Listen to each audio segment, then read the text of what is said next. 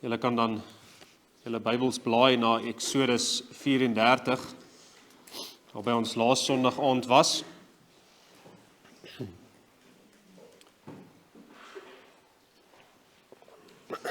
So ons staan nou weer stil by daardie woordjie in die NGB artikel 1, God is goed.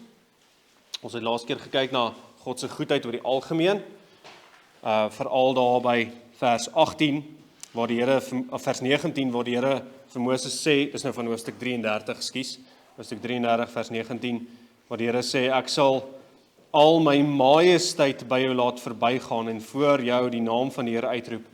Ons het daar gesien, daai woordjie majesteit is ook die woordjie goedheid.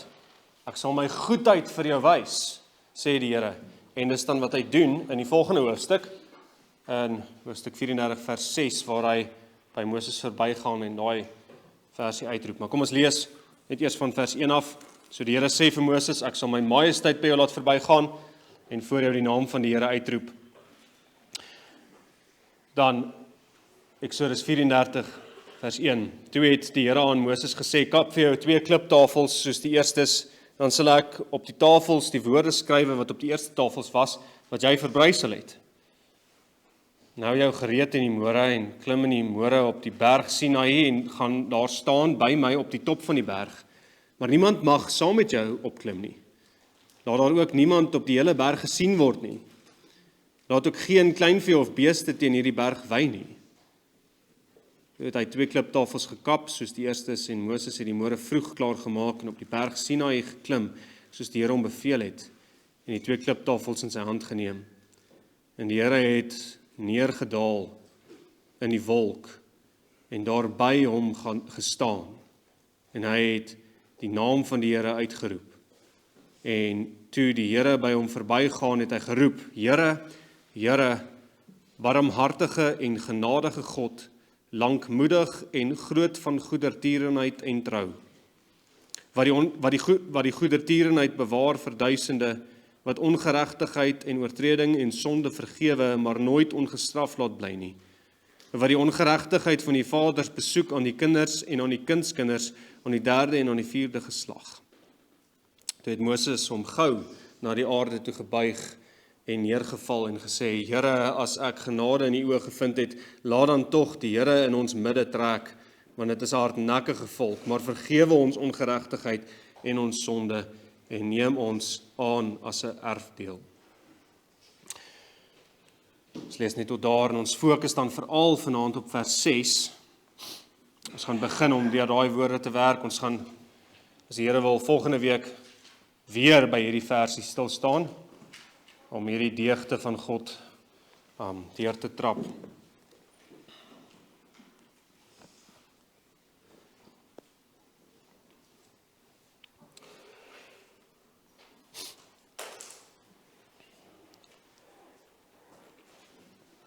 So ons het laasweek gesien, God is goed. En hy is die definisie van goed.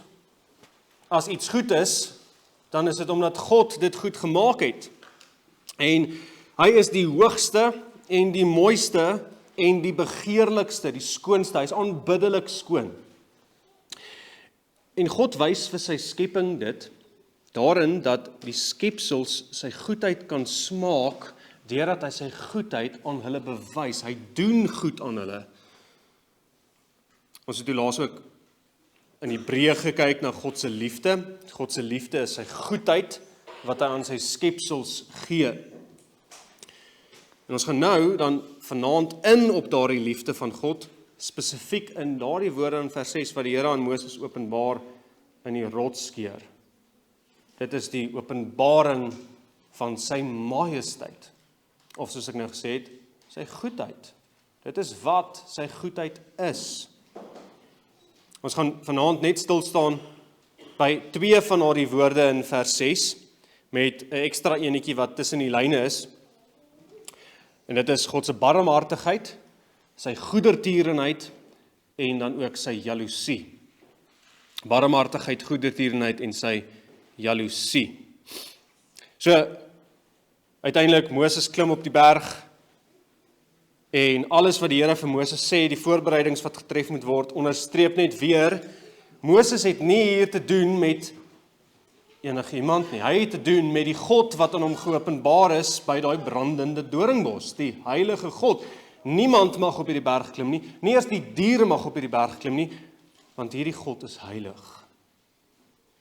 En dan roep hy sy naam uit, die naam wat die Here ook vir Moses gegee het by die brandende doringbos. Here, Here, Jahwe. Hy is die een wat is, heilig is, ewig is, alles wat ons nou al gesien het tot hier in die behandeling van die eienskappe van die Here, die deugde van die Here, volmaaktheden van die Here, wat ons gedoen het in NGB 1, hy is die Here, die een wat is. Nou, net dit, die feit dat, so dit laas keer het ek so vinnig dit ook gesê, maar net die feit dat die Here dit vir Moses sê, is reeds goedheid. En kyk daar in vers 1, die Here sê vir Moses, gaan maak weer 2 kliptafels, en ek sal op dit skrywe, wat op die eerstes was, wat jy verbrysel het. Moses, jy is 'n sondaar. En nou gaan ek my goedheid vir jou wys. Net die feit dat die Here dit vir Moses wys, sê reeds, die Here is regtig goed. Maar goed, ons het laas dan daarby stilgestaan, die Here is goed. Nadat die Here dan nou sy naam herhaal, Here, Here, Jahwe, dan lees ons die volgende, barmhartige en genadige God. In Hebreëus staan daar El Rachum, God barmhartig. Ons kan dit ook vertaal as, God is barmhartig. Of net die barmhartige God. En daai woordjie El of God, dis wat daai woordjie beteken, is nie daar verniet nie. Die Here kon net gesê het, Here, Here, barmhartige en genadige ensovoorts ensovoorts, maar hy is die barmhartige en genadige God. En dit moet vir Moses sê, die almagtige God van hemel en aarde. Die Here, Here is barmhartig. Dit sit 'n onderstreep onder daai eienskap van barmhartig. Kyk, wie is dit wat barmhartig is? Barmhartig. Hy is God, die sterk en ewige, die onafhanklike. Maar goed, so, God is barmhartig. Of ontfermend. Dis 'n ander woord wat in ons Bybels gebruik word vir dieselfde vertaling. Barmhartig of ontfermend. Bedink daardie woorde. God is die God wat ontferm. Die Hebreëus vir daardie woordjie, daai rachum, is baie naby aan die woord vir baarmoeder. Dit dra daarom die idee van die liefde wat 'n ma vir haar baba het, wat uit haar uitgekom het. Dis liefde uit die binneste ingewande uit my baarmoeder uit. Daai liefde van 'n ma wat daai babatjie ontvang, wat nou by haar drink. Dis rachum. In Jesaja 49 vers 15 sê dit, sê, kan 'n vrou haar suigling vergeet, dat sy haar nie ontferm, selfe woordjie, oor die seun van haar skoot nie. En soos Psalm 103, wat ons net nog in sing se beruiming sê, daar is geen vader wat deur smart gevoel bewoe, die smart van sy kinders, sy kind aanskou met teerder mededoe as Israels Heer, die wat hom eer en vrees. Daar's geen vader wat so lief het soos die Vader nie.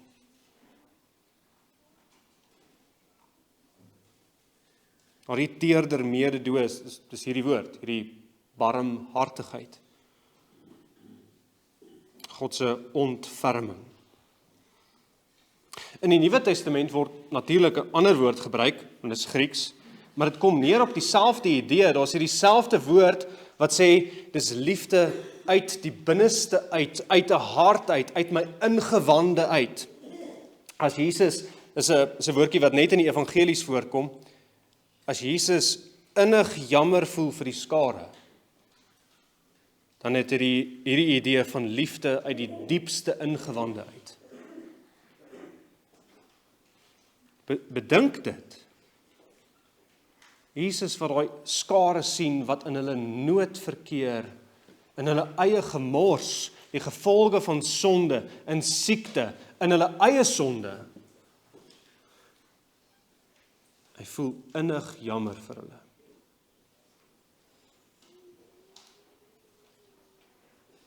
As die Ou Testament praat van God se barmhartighede as sy dade, dan kry ons dit nooit in die enkelvoud nie.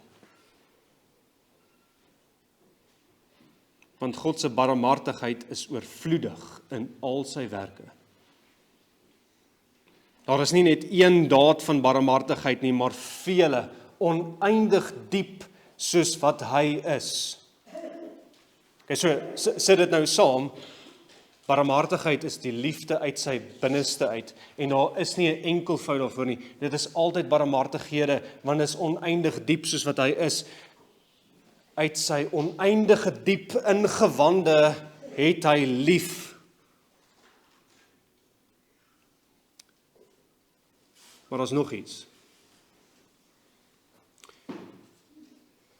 Hierdie barmhartigheid, hierdie liefde uit God se ingewande uit,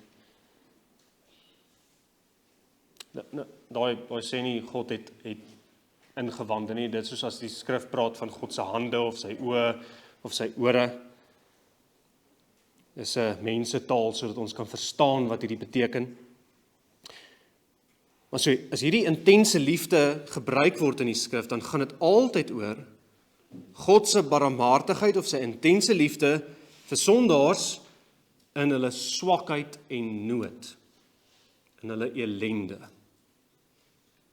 Hy gee om oor mense wat in pyn verkeer, wat sit in die gevolge van die sondeval. En die woorde in die Nuwe Testament wat ons ook so vertaal, beteken dit ook, God sien ons aan in ons elende. Hy het 'n warm hart teenoor die wat ly. Hy is barmhartig. Hoor hoe praat Jeremia 31 vers 20 van hierdie liefde van God vir sy volk. Is Efraim vir my 'n dierbare seun of 'n troetelkind? 'n Dierbare seun, 'n troetelkind, want so dikwels as ek teen hom spreek, dink ek nog altyd aan hom. Daarom is my ingewande oor hom in beroering. Ek sal my sekerlik oor hom ontferm, spreek die Here. Dis geweldig. Ek dink nog altyd aan hom, en my ingewande is oor hom in beroering. En is dieselfde in Hosea 11 vers 8. Hoe kan ek jou oorgee, o Efraim, jou prys gee, o Israel? My hart is omgekeer in my, tegelyk is my medelyde opgewek. God se medelyde, sy barmhartigheid is opgewek letterlik aan die brand gesteek. Warm, brandend, gloeiend in sy binneste. Net 'n kantnota hier, ons het 'n paar weke terug gesien, God is onvatbaar, hy kan nie ly nie, maar wat so goed is van hierdie tekste, is dat God barmhartig is in medelyde, en is uit 'n regtige wil om te help, sonder dat hy self ly. Hy's barmhartig teenoor die wat ly, sonder dat hy self ly. Dis so goed.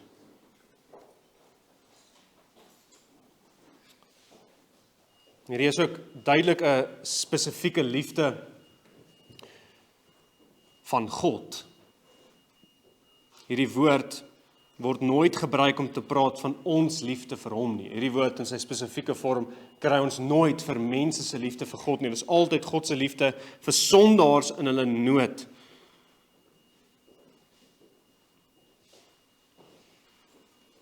Maar wat so intens en diep is van hierdie barmhartigheid is dat hy ons lyding en ellende aansien op so 'n manier sonder dat hy self ly, maar op so 'n manier dat hy dit op homself neem uiteindelik as mens.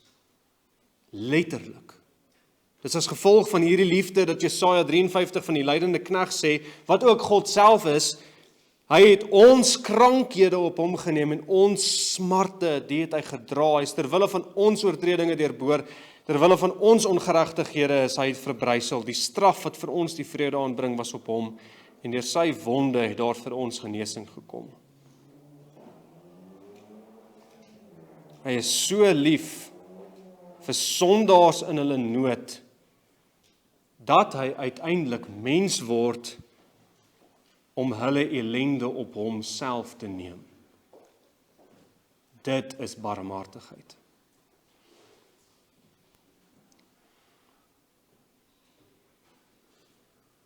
So my medesondaar, kan jy glo dat God jou so liefhet?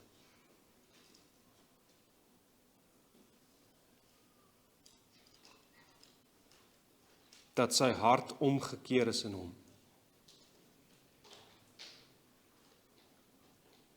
Uit sy ingewande uit, lief vir jou.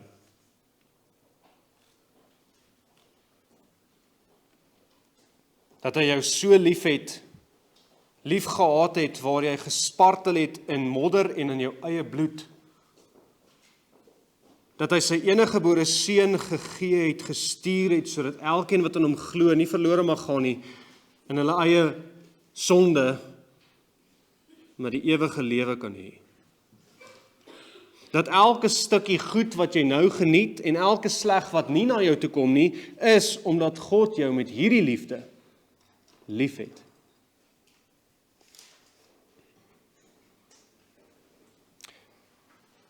Dalk is daar iets wat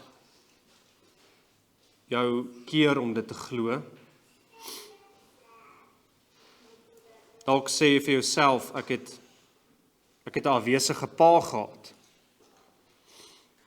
Of nooit een wat my getroos het toe ek geval het nie, so hoe kan God? Jy ken dit nie.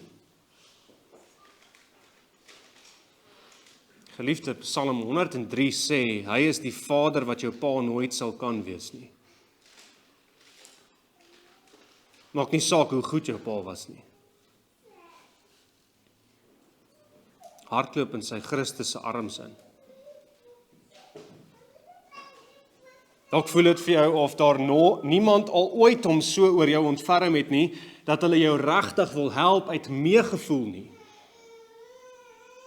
Dalk ken jy net nie hierdie liefde nie. Wel, die Here roep jou om dit te smaak. Kom smaak en sien dat God goed is. 1 Johannes 3 vers 1 sê, kyk, dis 'n opdrag. Kyk wat 'n groot liefde die Vader aan ons bewys het, dat ons kinders van God genoem kan word. Daai woordjie groot sê, dis totaal vreemde liefde.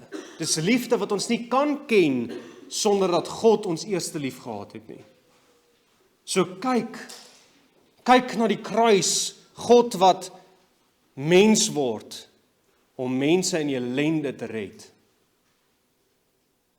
En nou aan kyk, tot hierdie liefde die ysterdeure van jou hart finaal laat oopbars. Nou aan kyk. Dalk dink jy jou sonde is net te groot. Jou lyding net te erg, jou gemors net te ontsettend. Maar onthou dan wat ons laas keer gesien het. In Johannes 4 vers 8 sê God is liefde. Hy is barmhartig. Sy barmhartige liefde kom totaal en al nie uit wie jy is nie. maar uit wie hy is. En as barmhartigheid beteken dat God liefhet uit sy binneste, dan is dit mos 'n oneindige diep liefde, want hy is oneindig ryk. Daar is geen ellende wat dieper is as sy liefde nie. Want hy is barmhartig. Barmhartigheid is nie 'n boek wat hy uit die boekrak uithaal nie. Hy is barmhartig. En daarom is dit oneindig diep en ryk soos wat hy is. En dit sien ons ook in die volgende woord waarna ons nou gaan kyk. God is goedertieren. Ons gaan nou vir eers dan oorslaan God se genade en lankmoedigheid tot TV volgende week. Vers 6 sê dan verder, God is groot van goedertierenheid. Hy het baie daarvan. Oneindig baie. So wat is hierdie goedertierenheid? Die Engels is baie keer kindness, of loving kindness, of steadfast love. En dit gaan altyd saam, baie nou saam met God se getrouheid, en daarom ook God is groot van goedertierenheid en trou. Ons het al op 'n ander stadium gekyk na God se trou of sy waarheid. Maar hierdie term, hierdie goedertierenheid, is ryker as net liefde oor die algemeen, en ryker as net trou. Dit is nie net getrouheid nie. Dis so sy barmhartigheid uit sy wil. Micha 7 vers 18 sê, hy het 'n welbehae in goedertierenheid. Dit beteken, hy wil goedertierenheid doen uit 'n regte liefde. Hy wil hierdie doen. Dis daarom nie net, hy gaan getrou wees in al sy beloftes en dis dit nie. Natuurlik dit ook, hy is natuurlik waarheid en getrou in alles wat hy sê. God se goedertierenheid is sy getroue en intense verbondsliefde. Getroue en intense verbondsliefde. As die Here van sy verbond met Israel praat as 'n huweliksverbond, dan gebruik hy ook hierdie woordjie. Jesaja 54 vers 10 sê, daai hele hoofstuk gaan eintlik daaroor, maar vers 10 sê, want berge mag wyk en heuwels wankel, maar my goedertierenheid sal van jou nie wyk en my vredeverbond nie wankel nie, sê die Here, jou ontfermer. En hy praat daar met sy vrou. Hy sê, ek is jou skepper, jou man. En daarom sal my goedertierenheid in ewigheid nie van jou wyk nie. Ek is in 'n verbond met jou en daarom het ek jou intens lief vir ewig. Sy getroue verbondsliefde in ewigheid is soos die liefde tussen 'n man vir sy vrou vasgegiet is in 'n verbond van 'n huwelik. Hy het beloof om nie net koud te doen wat hy gesê het hy sal doen in hierdie verbond nie, soos 'n man wat maar net ja antwoord, maar hy is nie regtig lief vir sy vrou nie. Nee, hy het beloof in hierdie verbond om regtig lief te wees vir sy vrou. Sy goedertierenheid is die liefde waaruit hierdie genadeverbond voortvloei, want hy is liefde. Hy is goedertierend. En daarom, omdat hy dit is, omdat hy goedertierend is hierdie liefde wat in ewigheid begin, voor die grondlegging van die wêreld, maar ook dan 'n liefde wat sal voortduur tot in ewigheid. Ewige liefde, soos ons net nou gesing het in Psalm 136, hy is die skepper en die verlosser, want sy goedertierenheid is tot in ewigheid. Hy is die skepper, want sy goedertierenheid is tot in ewigheid. So, die oomblik toe hy gesê het, laat daar lig wees, was hy reeds goedertierend, want hy is goedertierend. Dis hoekom hy sê in Jeremia 31 vers 3, ja, ek het jou lief gehad met 'n ewige liefde, daarom het ek jou getrek met goedertierenheid.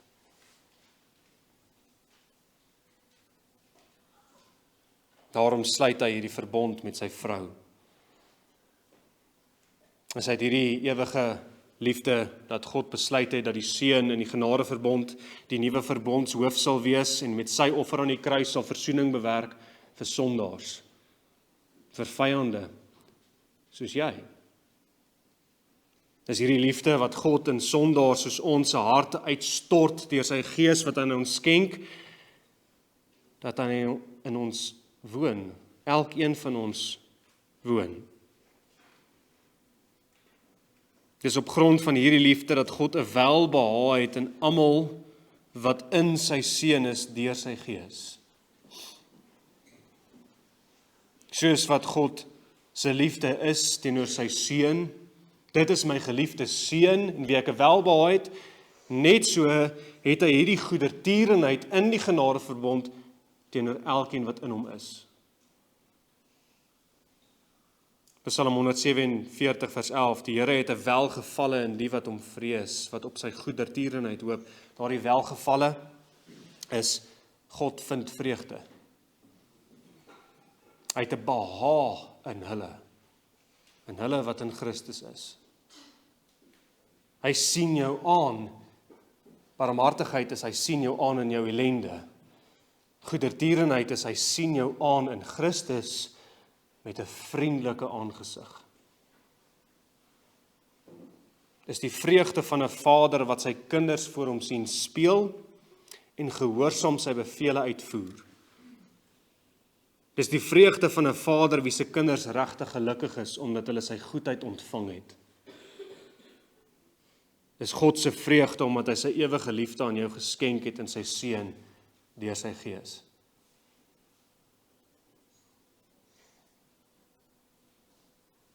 Nou, wat so goed is, nog verder van hierdie goedertierenheid, dis ewig, maar dit raak nooit uit nie. Hoor wat sy Klaagliedere 3, dis dalk 'n bekende versie. Dit is die goedertierenhede van die Here, dat ons nie omgekom het nie, want sy barmhartighede het geen einde nie, hulle is elke môre nuut, u trou is groot. Die Here se goedertierenhede en sy barmhartighede is elke môre nuut. Leer dit, preek dit vir jouself. Sy liefde vervaag nie soos in baie huwelike nie. Dis nog presies so lief soos wat hy vir jou was toe hy in ewigheid jou gekies het. Hy is presies nog so lief vir jou soos vir sy eie Seun. Hy is nou presies so lief vir ons soos wanneer ons eendag finaal met hom verenig gaan word op daardie groot bruilofsfees as sy bruid. Want sy goedertierenhede en sy barmhartighede is elke môre nuut.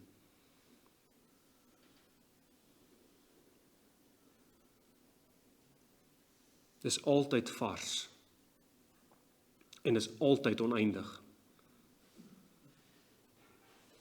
Nou, wat baie nou saamgaan met God se intense liefde en sy barmhartigheid en sy goedertierenheid is ook sy jaloesie, sy jaloersheid of sy ywer. Dis waarby ons dan laaste stil staan. Vanaand, God is jaloers. Hy sê dit, ons hoor dit amper elke Sondag. Ek het vanoggend so ietsie daaroor gesê, want ek, die Here jou God, is 'n jaloerse God. En vers 7 wys dit ook. Die Here verwys baie duidelik daarin wat hy in vers 7 sê, wat die goedertierenheid bewaar vir duisende en nooit ongestraf laat by die sonde nie, waar die ongeregtigheid van die vaders besoek aan die kinders en aan die kindskinders. Daai verwys baie duidelik na wat die Here sê in die tweede gebod. Hy is 'n jaloerse God. Nou, dit klink vir ons vreemd, want menslike jaloesie loop baie maal uit op sondige woede. So hoe moet ons hierdie verstaan? Nou, die skrif gee vir ons 3 prentjies om God se jaloesie te verstaan. Een daarvan het ek nou al reeds 'n paar goed oor gesê. Dis die prentjie van die verhouding tussen 'n man en 'n vrou. Dit kom op 'n paar plekke uit, ook in Eksodus 20 vers 5, die tweede gebod. God is so jaloers in ywer vir sy volk en sy liefde, dat hy alleen verhouding met haar wil hê. Want hy is in 'n huweliksverhouding met sy volk. As sy ander gode en beelde gaan aanbid, gaan sy uiteindelik van hom af hoereer en hy is jaloers. Dis 'n heilige huweliksverhouding. Jy is afgesonder vir hom en hom alleen. Hy sal daarom sy heiligheid wys as jy 'n ander man gaan soek. Want hy is jaloers. Net so gaan hy sy heiligheid wys as jy deur 'n ander man gepla word. Of as jy deur 'n ander man beskinder word. Hy gaan hom wys. Die koning van die konings, wie se oë is soos 'n vuurvlam, is die bruidegom van sy kerk. Jy moet daarom mooi dink wat jy met sy bruid doen. En wat jy van sy bruid sê. Hy gaan jou kom pap druk as jy sy bruid seermaak. Want dis sy bruid. En ons moet daarom as knegte in sy kerk ten bloede veg teen die aanvalle op die kerk, en ons moet regtig dwaalleer kan uitwys, maar ons moet ook net so mooi dink hoe ons praat van sy bruid. Hoe ons praat van ander gemeentes. Hoe ons praat van ander gelowiges. Want die bruidegom is 'n jaloerse bruidegom.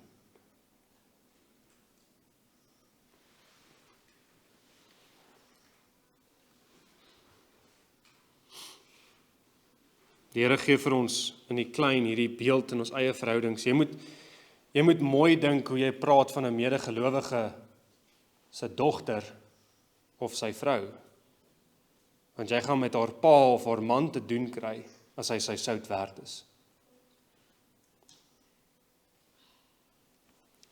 God se jaloesie is die uiterlike tentoonstelling van sy heilige goedertierenheid, soos 'n man wat regtig lief is vir sy vrou, wat die beste vir haar wil hê. Sy jaloesie is die uiterlike tentoonstelling van sy heilige goedertierenheid. Die volgende beeld wat ons in die skrif kry om hierdie vir ons duideliker te maak, is in Jesaja 42 vers 13. Die Here sal uittrek soos 'n held. Hy sal die ywer of jaloesie opwek soos 'n krygsman. Hy sal die strydkreet aanhef, ja, uitskreeu.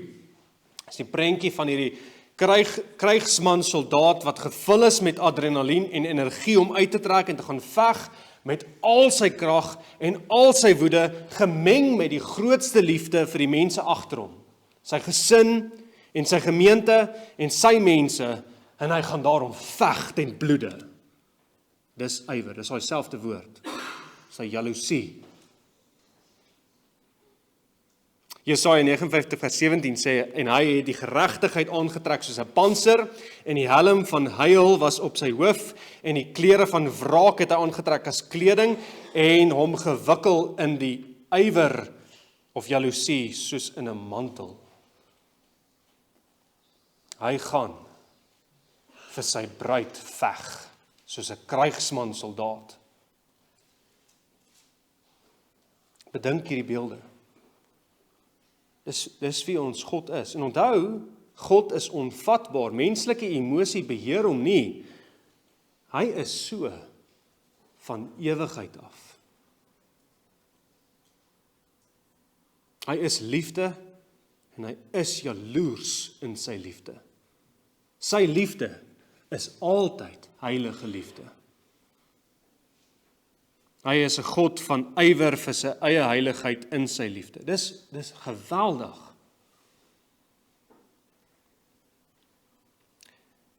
Die derde prentjie wat die skrif vir ons gee, is vuur. En weer eens, dis woede gemeng met liefde. Juis omdat hy liefhet, kom hierdie uiting van sy heiligheid. Deuteronomium 4 vers 24 sê, want die Here jou God is 'n verterende vuur, 'n jaloerse God. Ja, hy breek uit in hierdie ontzagwekkende, verskriklike vuur om sy vyande te verteer, om sy volk te beskerm. Hy sal al die nasies en die berge laat wegsmelt voor hom in die gloed van sy toorn, maar sy vuur en jaloesie is ook om te sê, hy gaan sy volk red in die grootste liefde. En as ek om Hooglied 8 vers 6 van sy liefde sê, dit is 'n gloed van vuur, 'n vlam van die Here. Dis hoekom liefde baie keer beskryf word as vuur. Dis heilige vuur, heilige liefde. Dit brand in hom. Sy liefde vir jou, nie omdat hierdie vlam buite hom beheer nie, maar omdat hy liefde is. Maar die vraag is nou, hoe is God in jaloesie beide wraak en liefde? Hoe kan hy albei saam wees?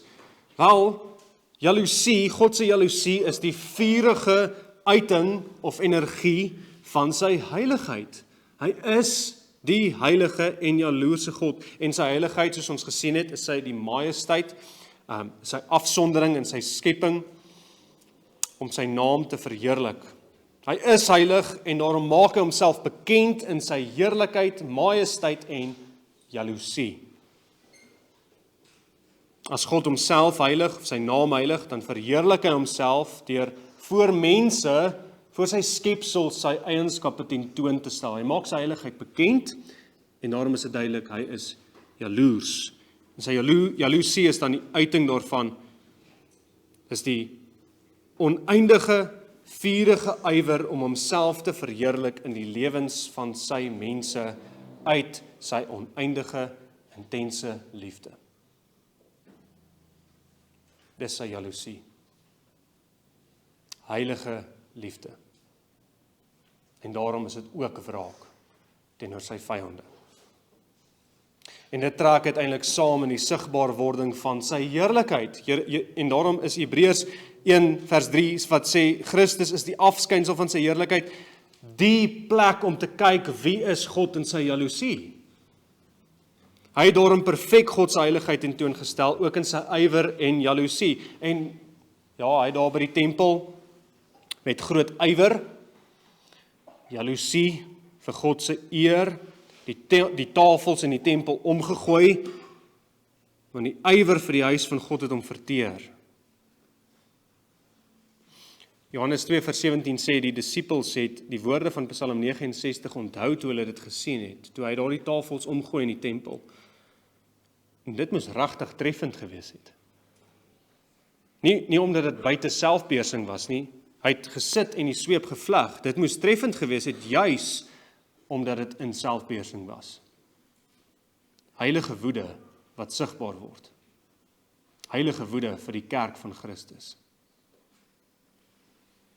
Hy het met dieselfde ywer en jaloesie om God te verheerlik aan die kruis, die owerhede en magte uitgeklee en in die openbaar hulle tentoongestel en daardeur oor hulle getriomfeer in jaloesie. Soos 'n krygsman waar daardie owerhede plat geslaan het. En hy sal weer kom met sy ontblote swaard op sy dag. Jeremia 46 vers 10 sê, maar die dag behoort aan die Here, Here van die leerskare, 'n dag van wraak, om wraak te neem op sy teestanders, en die swaard sal verslind en versadig en dronk word van hulle bloed. Dis Jesus wat gaan veg vir sy bruid. Hy sal op daardie dag met groot ywer sy heiligheid tentoonstel, in wraak oor sy vyande en liefde vir sy bruid. God is nooit halfhartig in enigiets wat hy doen nie. Hy is die ywerige en jaloerse God vir sy heiligheid en heerlikheid, en daarom ook in sy volk, vir sy volk in die uitvoering van sy ewige genadeverbond. Die Seun van God het mens geword, want God is jaloers. Hy is ywerig vir sy heerlikheid. So ywerig dat hy aan daardie kruis gesterf het en dood gegaan het en weer opgestaan het uit die dood.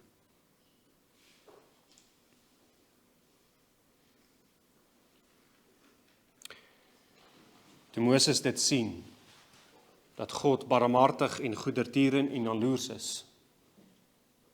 het hy gou na die aarde toe gebuig en neergeval in aanbidding. Ons kan nie anders as om hierdie God te aanbid nie. Heilig sy naam in gebed, in gesang, in woorde, in dade. Deel van hierdie aanbidding is om na hom toe te vlug in elke ellende. In Hebreërs 4 sê, want ons het nie 'n hoëpriester wat nie met ons swakhede medelee kan hê nie, maar een wat in alle opsigte versoek is net soos ons, maar sonder sonde. Laat ons dan met vrymoedigheid na die troon van genade gaan, sodat ons barmhartigheid kan verkry en genade vind om op die regte tyd gehelp te word. Gaan na die troon van genade, want Jesus ons hoëpriester is oneindig barmhartig. Hierdie aanbidding gaan ook wees in die vorm van liefde vir die een wat jou eerste lief gehad het. As jy hierdie liefde ontvang, gaan jy saam met Psalm 18 vers 1 sê, ek het u hartlik lief, o Here, my sterkte. Uit my hart, uit my binneste, het ek u lief, omdat u my lief gehad het, met hierdie ewige liefde. En as jy hierdie liefde ontvang soos 'n kind, en hy hierdie liefde in jou hart uitstort, gaan jy nie anders kan dan ook om soos hy te wees nie, te word nie. Daarom sê Jesus, salig is die barmhartiges, want aan hulle sal barmhartigheid bewys word. So ween saam met die wat ween. Treur saam met die wat treur, en wees bly saam met die wat bly is, en doen dan barmhartigheid, want God is barmhartig. Verder gaan jy in die verbonde waarin jy staan, iets van God se goedertierenheid, sy ewige verbondsliefde begin wys, begin leef, regtige getrouheid, maar ook intense liefde. In ons huwelike. Manne, die uiting van intense liefde in 'n huweliksverbond is alles behalwe onmanlik. Verheug jou in die vrou van jou jeug soos op die dag toe julle getroud is.